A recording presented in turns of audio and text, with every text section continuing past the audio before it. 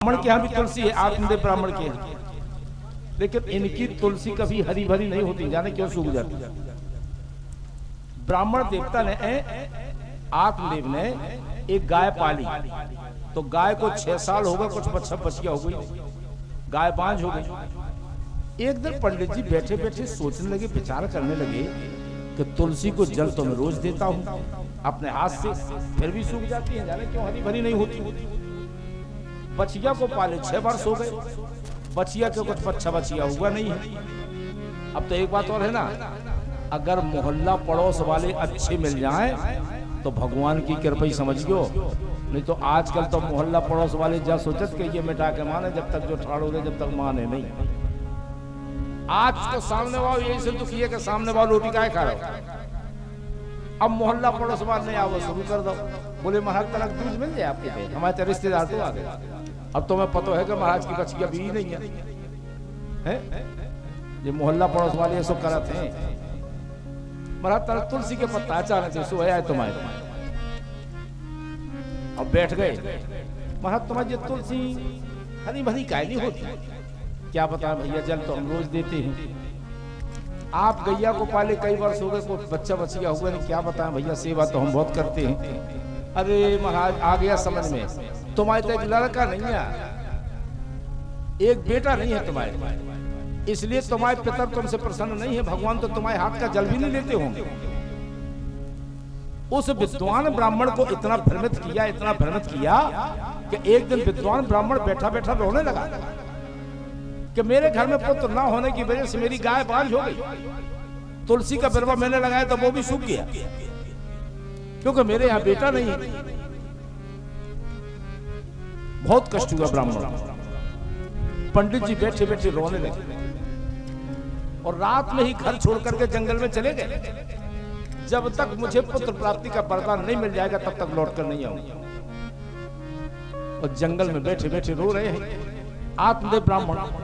इतने में वहां से एक संत निकले, त्यागी जी। संत ने देखा कि लगता तो ब्राह्मण है, विद्वान लगता है, लेकिन ये रो रहा है, दुखी क्यों, कुछ समझ में नहीं आया। जब संत ने पूछा कि हे ब्राह्मण देवता क्या बात है, तुम दुखी क्यों, रोने लगे आत्मदेव ब्राह्मण, संत के सामने रोने लगे। कथम रोदसी विप्रतम काते चित्तावदी वदतुम सत्वरम मह्यम स्वस्य दुख शिकारणम। अरे पंडित जी आप रोते क्यों, आप तो बहुत बड़े कर्मकांड के प्रवीण हो, बताइए रोने का कारण क्या है, क्यों रो रहे। पंडित जी बोले क्या बताएं महाराज, मैंने पाप कर्म, ऐसे पाप कर्म किए हैं कि मेरे द्वारा दी हुई चीज मेरे देवता कोई स्वीकार नहीं करते, पितर नहीं करते, क्योंकि मेरे घर में एक पुत्र नहीं है। इसी पाप की सजा मैं भोग रहा हूं। कह दिया आत्मदेव ब्राह्मण, एक पुत्र चाहिए परिवार के लिए। महाराज घर में एक बेटा नहीं है, एक बेटा नहीं है, क्यों, कि बेटा के बिन ए आंगन अच्छा नहीं लगता, बेटा के बिन ये आंगन अच्छा नहीं लगता, बेटा के बिन ये आंगन अच्छा नहीं लगता। एक पुत्र चाहिए परिवार के लिए, एक पुत्र चाहिए परिवार के लिए, बेटा के बिन ये आंगन अच्छा नहीं लगता, बेटा के बिन ये आंगन अच्छा नहीं लगता, बेटा के बिन ये आंगन अच्छा नहीं लगता।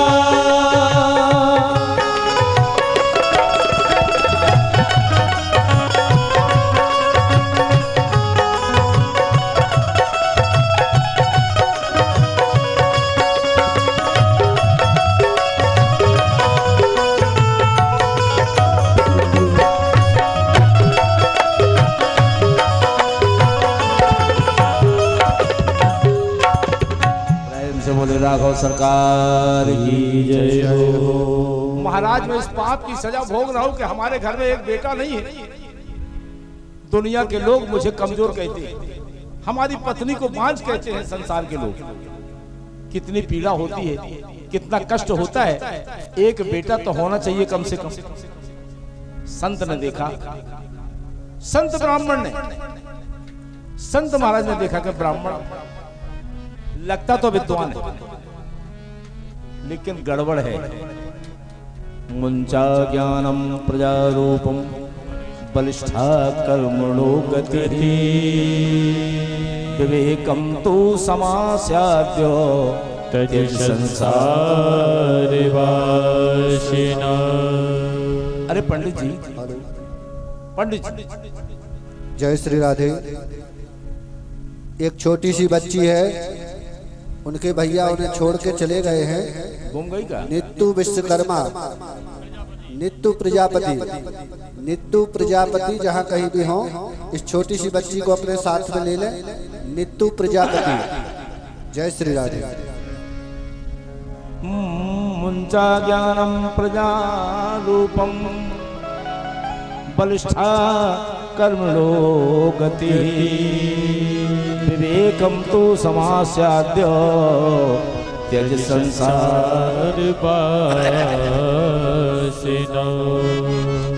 संत ने कहा ब्राह्मण देवता से, हे ब्राह्मण, पंडित जी आपके मन में जो पुत्र की कामना है यही तो संसार का अज्ञान है। अरे रोते क्यों? अगर तुम्हारे घर में पुत्र हो जाता तो समझ लो भगवान की कृपा हो गई, और अगर पुत्र नहीं हुआ है तो समझ लो कि भगवान की और बड़ी कृपा हो गई। क्या करोगे बेटा लेकर? हे पंडित जी, संसार में बेटा एक तरह के नहीं होते, तीन तरह के होते हैं।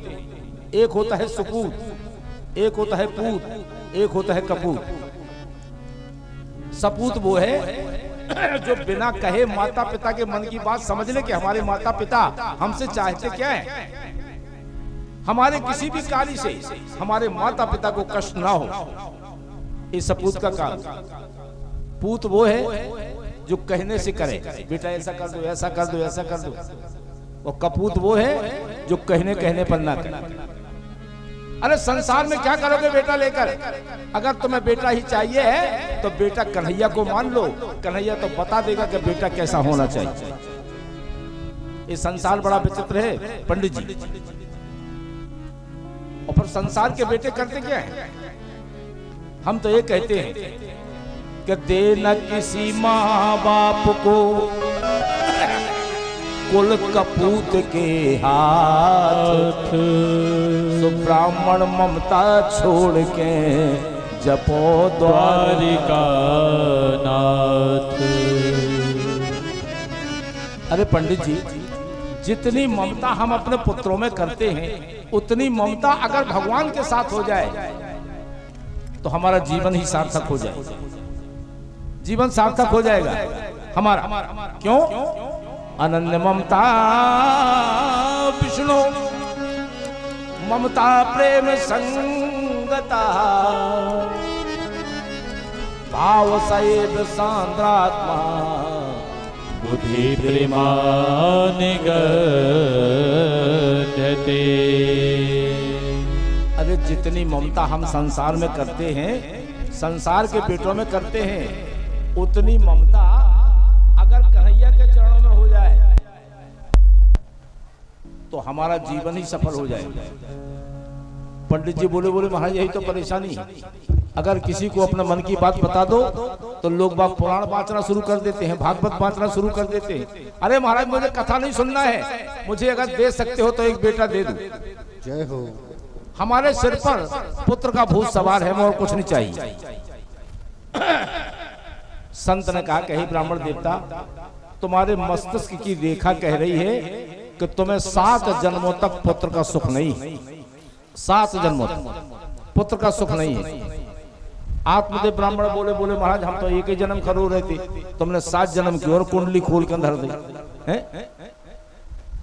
अगर महाराज मेरे मस्तिष्क में 7 जन्मों तक पुत्र का सुख हो अथवा ना हो, लेकिन आप तो संत हैं, और संत जो चाहे तो भगवान को नहीं भी करना होता है तो भगवान से करवा लेता है।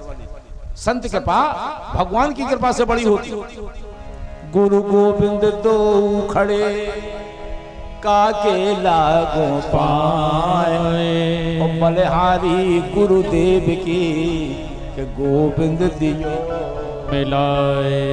अरे संत कृपा गुरु कृपा तो परमात्मा की कृपा से बड़ी होती। आप अगर चाहें तो मुझे पुत्र दे सकते हैं, आप चाहें तो मुझे पुत्र दे सकते हैं। संत तो बड़े दयावान होते हैं, करुणावान होते हैं। संत ने सोचा चलो ब्राह्मण है, दुखी है, संत ने एक फल दिया और फल दे दिया, जाओ अपनी पत्नी को खिला देना, उसके सारे नियम बता दिए, मैं कहता हूं कि तुम्हारे यहां सुंदर पुत्र पैदा होगा।